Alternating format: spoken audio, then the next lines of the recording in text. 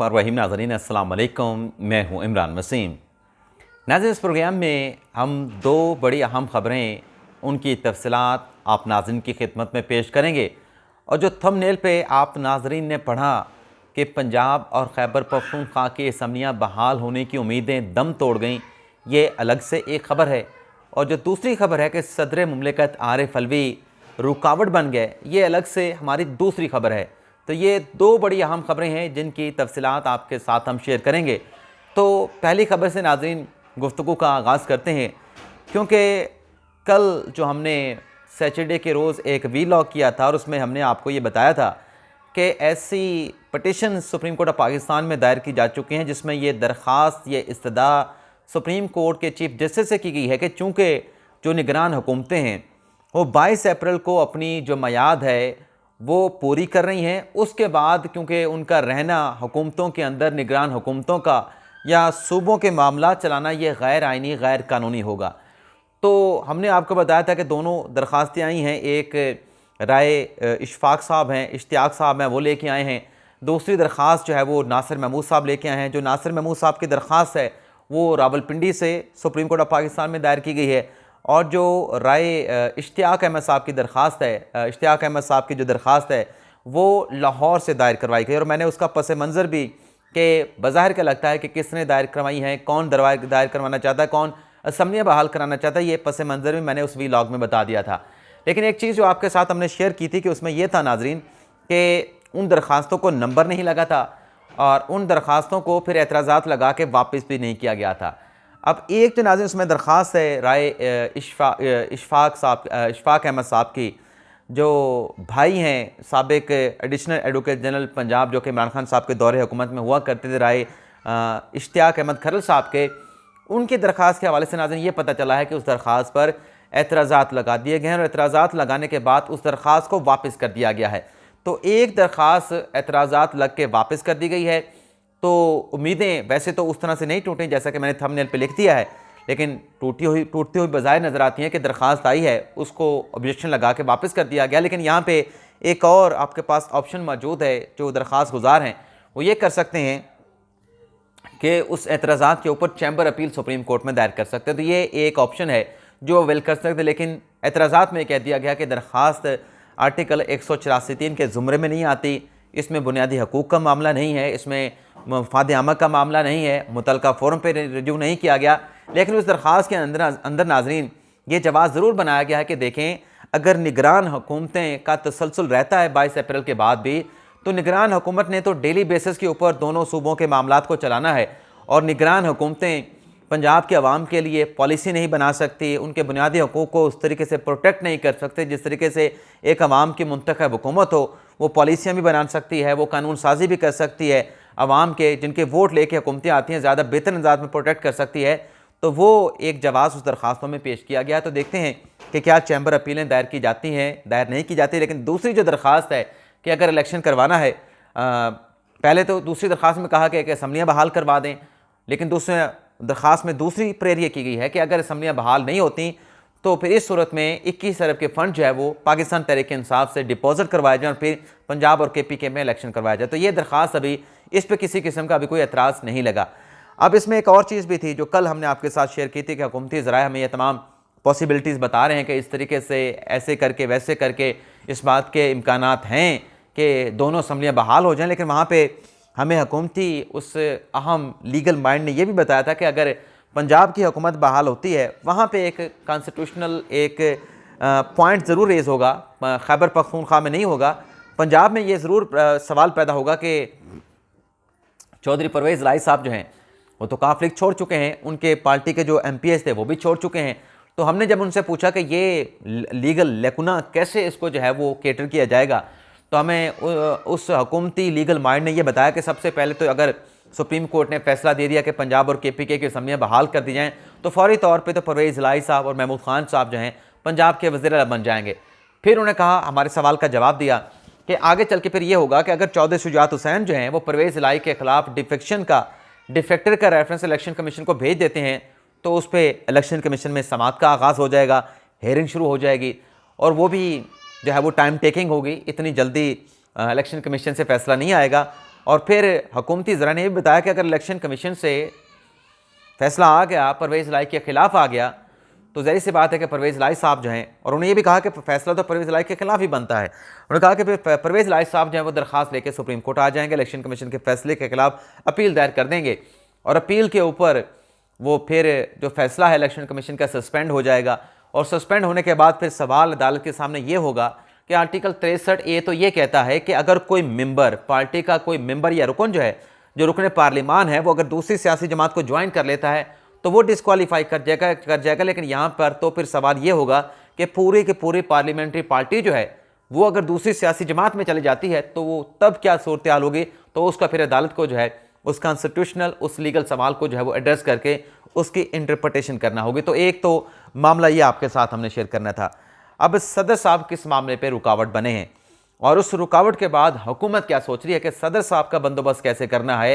ये जो हम मुख्तलिफ फैसले करते हैं, कानून बनाते हैं, उसको कौमी असम्बली से पास कराते हैं, उसको सेनेट से पास करवाते हैं और भिजवा देते हैं सदर साहब के पास कि जनाब आपकी आइनी जिम्मेदारी है, इस कानून के ऊपर आप दस्तखत कर दें, ये प्रपोज जो बिल है ये कानून की शक्ल अख्तियार कर जाए। तो हुकूमत ये देख रही है कि जितनी मरतबा हम कोई बड़े कानून साजी करके सदर साहब के पास भिजवाते हैं तो सदर साहब उस पर दस्तखत नहीं करते। सदर साहब जो हैं वज़ीर आज़म से हलफ नहीं लेते, वो चेयरमैन सेनेट को लेना पड़ता है।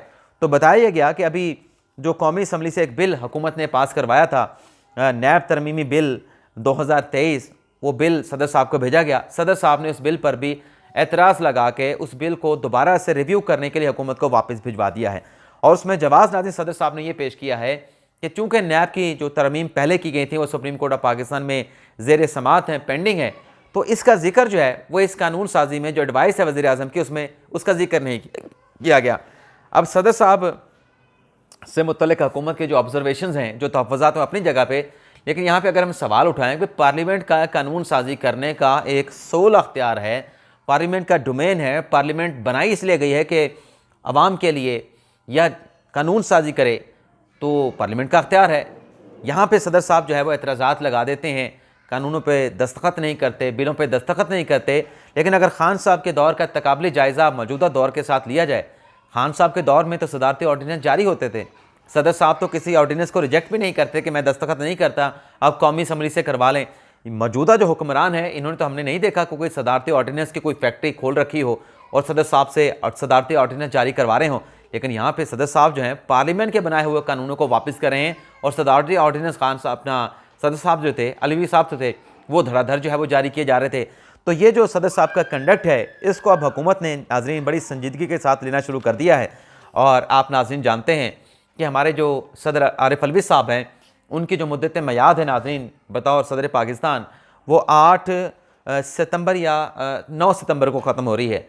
और 16 सितंबर को हमारे जो चीफ जस्टिस ऑफ पाकिस्तान है मर्ता बंदयाल साहब वो रिटायर हो रहे हैं। उनके बाद जस्टिस काजी फाइज साहब सुप्रीम कोर्ट के चीफ जस्टिस बन जाएंगे, इंशाल्लाह ज़रूर बनेंगे। क्योंकि बहुत सारे दोस्त ये भी कहते हैं कि जस्टिस काजी फाइज साहब शर्तें लगा रखी हैं, उस शर्त को हम भी इंजॉय करेंगे। तो शर्त लगा रखी है कि जस्टिस काजी फाइज साहब सुप्रीम कोर्ट के चीफ जस्टिस नहीं बनेंगे। तो हमारे जिस साथी ने शर्त लगाई है हम उसको सपोर्ट कर रहे हैं, जो ये कह रहा है कि जस्टिस काजी फाइज साहब को चीफ जस्टिस पाकिस्तान बनने से कोई रोक नहीं सकता। तो इस शर्त को हम भी इससे महजूज होंगे, इसको एंजॉय करेंगे। शनिवारी कढ़ाई की जो है वो शर्त लगी हुई है। लेकिन बहरहाल तो बंदयाल साहब भी रिटायर हो जाएंगे।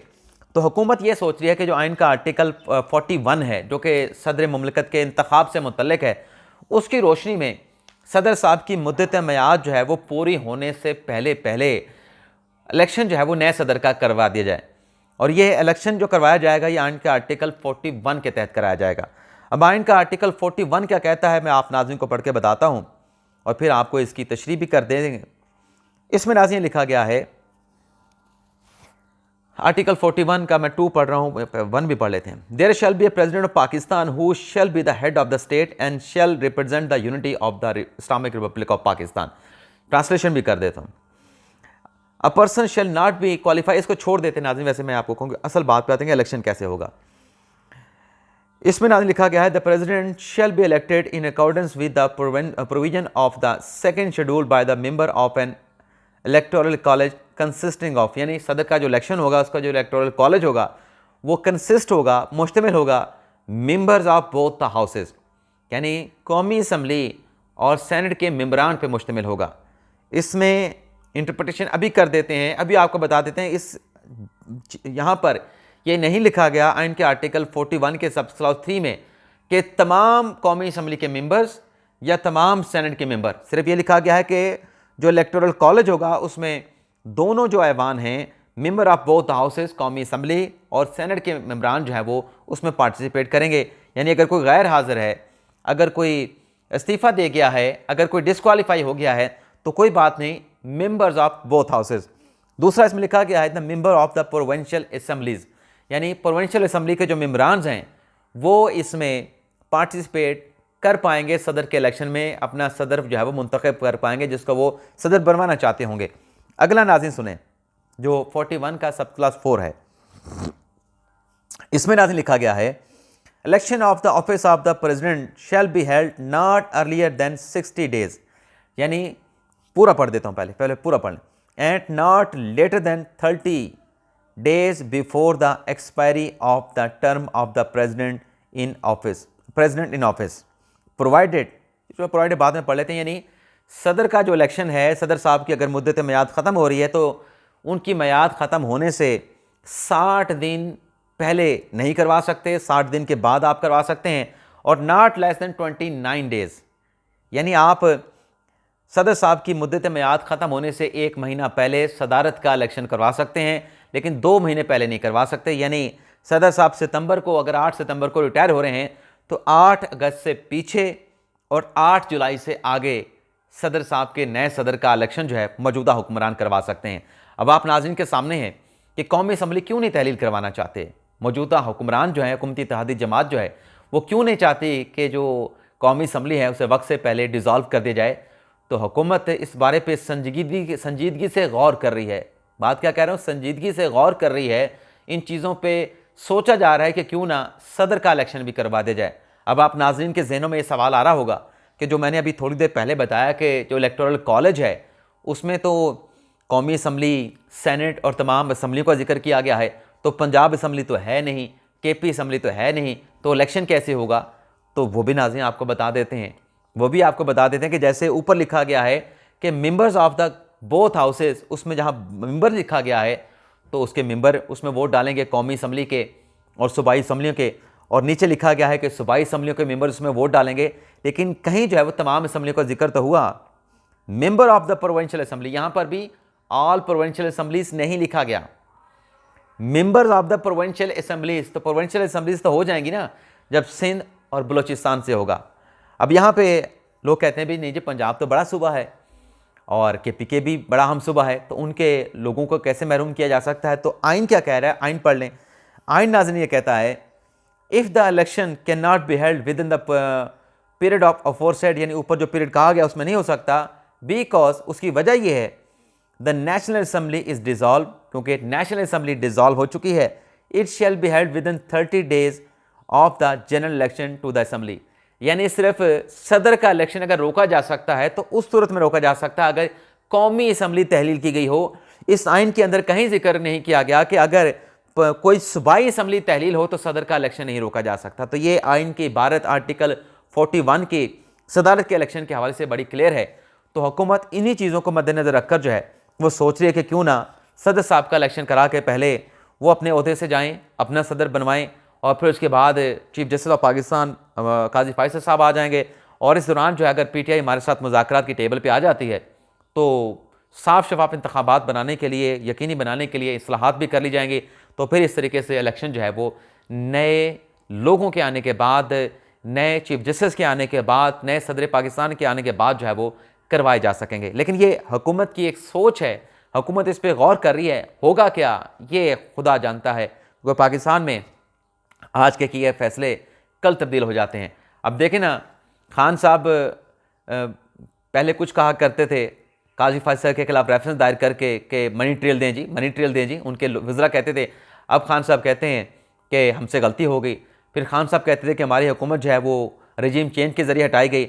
अब खान साहब कहते हैं कि नहीं, रजीम चेंज नहीं, ये तो बाजवा साहब ने हटाई है, बाजवा साहब ने कौमी असम्बली हटाई है, और फिर बाजवा साहब के कहने के ऊपर मैंने पंजाब और KPK की असम्बलियाँ तहलील कर दी। और फिर रजीम चेंज, डोनाल्ड लू का नाम लेते लेते जो रजीम चेंज की साजिश का जिक्र करते थे, हमने देखा कि अमेरिकी जो सफ़ीर हैं वो फवाद चौधरी साहब के घर चले जाते हैं, चाय शाय होती है वहाँ पे, खाना पीना होता है। लेकिन खान साहब अपने दौर में कहते थे कि अमेरिकी सफ़ीरों के साथ अगर अपोजिशन वाले मिलते हैं तो हुकूमत के खिलाफ साजिश होती है। तो खान साहब अब खुद हुकूमत में हैं, तो अमेरिकी सफ़ीर उनके घर जाके मिल रहा है और खान साहब कहते थे कि हमारे दौर में हमारे लोगों को अमेरिकी सफारत खाने में बुलाया जाता था। तो खान साहब के साथ पीटीआई के साथ अमेरिकों की तो इतनी अच्छी दोस्ती है, इतनी गपशप है कि अमेरिकी घर में जाके मिलते हैं। मैं अमेरिकों को बुरा नहीं कह रहा, मैं कह रहा हूँ कि खान साहब का जो बयानी है उसमें हर गुजरते दिन के साथ कितनी तब्दीलियाँ आती हैं। तो ये जो चीज़ें मैंने आपके साथ शेयर की हैं ये आज की हद तक मैं आपको बता रहा हूँ, लेकिन होगा क्या ये आइंदा आने वाला वक्त बताएगा। इजाज़त चाहते हैं, अल्लाह ताला हम सब का हामी नासिर हो। अपनी दुआ में याद रखिएगा। अल्लाह हाफिज़।